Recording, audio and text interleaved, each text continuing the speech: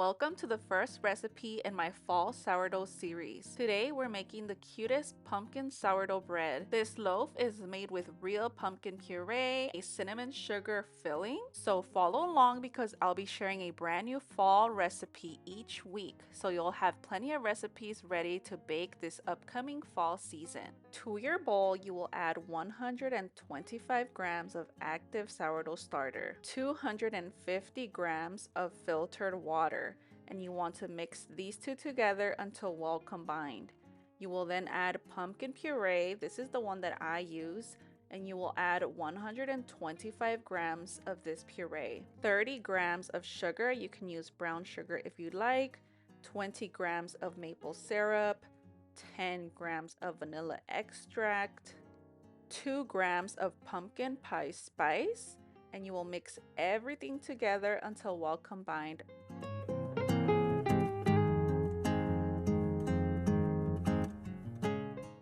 Now we add 500 grams of flour and 10 grams of salt. You want to make sure that you mix everything together until there are no pockets of flour left over. I do like to go in with my rubber bench scraper and clean around the sides of the bowl to make sure that my dough doesn't stick to the bowl with the dry bits of flour. So cleaning the bowl early on before the flour starts to dry up or the dry dough starts to stick to the flour on the bowl, you want to go ahead and clean it. Go underneath the dough, that way all of the flour is well incorporated into our dough. Then we let our dough rest for 30 minutes and we start on our first set of stretch and folds. I like to grab the dough, pull it and fold it over into itself, going around the bowl, and then I like to grab my dough to give it some gentle slap and folds. I like to make the dough into a little dough ball, that way I can see its growth and its progress as it bulk ferments. Now you wait 30 minutes and we will start on our second set of stretch and folds. At this point, this dough is very fragile because of all the sugar and the puree, so I like to do some gentle coil folds, that way we don't tear the dough. You can see that the dough is super smooth already, so we let it rest for another 30 minutes. And again, on our third and fourth set, we will only do coil folds, being very gentle, pulling the dough from underneath itself, and you can see that there's not much dough hanging on the bottom when I stretch the dough. That means our dough is getting strong and you can see it's super smooth. It's a super pretty dough, it's so fluffy. So we let it rest for another 30 minutes and we do the fourth set. You can see that the dough has tiny little bubbles on its surface already. So this is the last set. You don't have to do this fourth one if your dough is pretty tight. I just enjoy doing the stretch and folds and the coil folds, so that's why I wanted to do this fourth set. Now you let your dough bulk ferment on the counter, and once your dough is about ready to be shaped, you want to make the cinnamon sugar filling. So for the filling, we use 4 tablespoons of unsalted room temperature butter. I like to squish it a little bit, and then I add 5 tablespoons of brown sugar, 1 tablespoon of cinnamon, and 2 tablespoons of flour.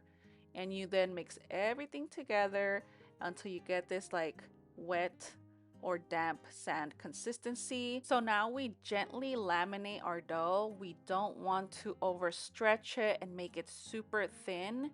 Just gently separate it, that way everything is even. And then usually you put filling right here in the middle, but since we're doing a pumpkin shape, I don't want it to leak through the decorative scoring, so I skip the center part and I fold the dough, and that's when I start to put the filling. That way, as it scores and it bakes, it doesn't like leak out too much. A little bit of leaking is okay, but I still want to see that pumpkin without having all of that cinnamon sugar like leaking out, if that makes sense. So now I fold the other side of the dough over, and then we put more filling, and then we gently roll up our dough. One thing that I do want to mention is that you do not have to add the cinnamon sugar filling. You can leave the dough as it is, just simple and plain, and it's also very delicious. I actually uploaded this video a year ago and I did not add the cinnamon sugar filling, and it was delicious. So you can actually just leave it as is if you'd prefer.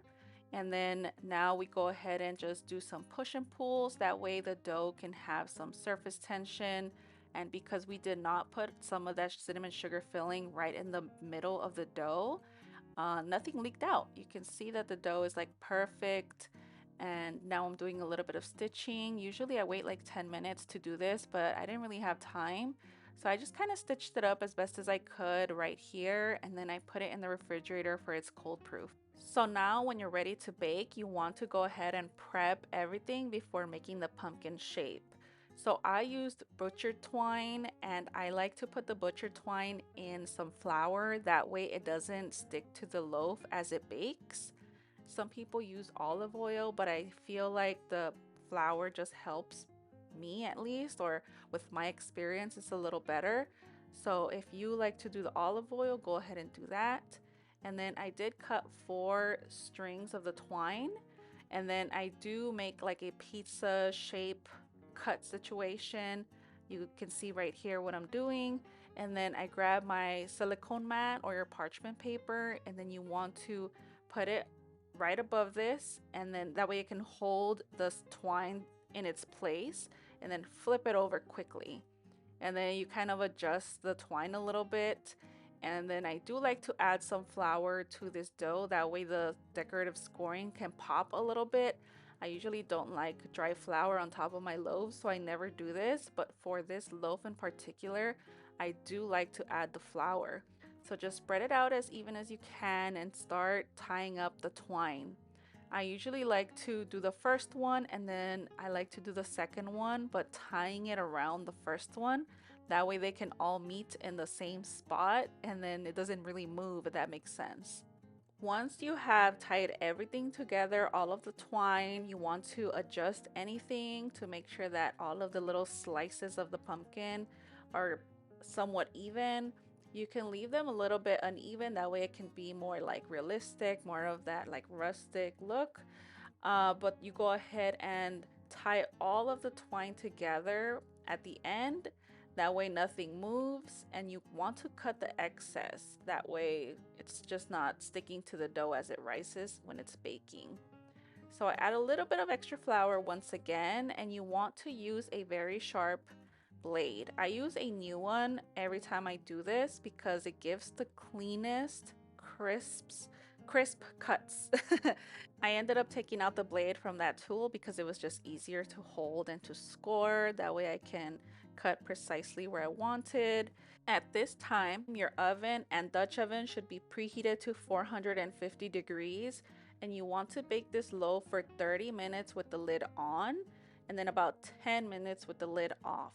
If you want it a little bit darker, you can leave it for an additional 5 minutes, a total of 15, but I like it at 10 minutes.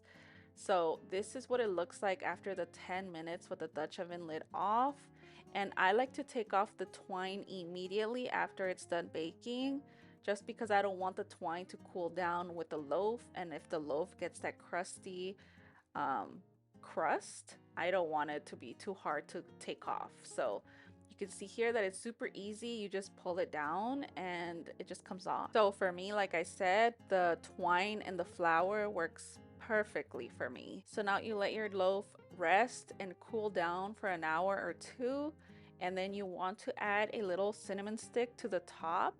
That way it can complete the look, because look at how beautiful this is. This is perfect for like a centerpiece for Thanksgiving or just for the fall in general. So I like to do a little X with a knife in the middle. That way the cinnamon stick can go in easier. And then look at this beautiful pumpkin. It turned out so cute, and the cinnamon sugar swirl on the inside was perfect. It's just warm and toasty, and it's perfect for this fall season. I know we're not in fall yet, but I just want to put all these recipes out. That way you guys can know where to come back to find your favorite recipes. You could even try them now. That way you can know which ones you like and which ones you don't want to make. And you know, I feel like you'll love this, and this is a staple for this fall season. Like, look at that little swirl. Each slice had a little piece of that swirl. So give this recipe a try. Let me know in the comments down below if you will be making this recipe, if you're excited for this new series that I'm starting, because I am super excited. I love fall. But I want to thank you so much for watching today's video, and I'll see you guys in my next one. Bye.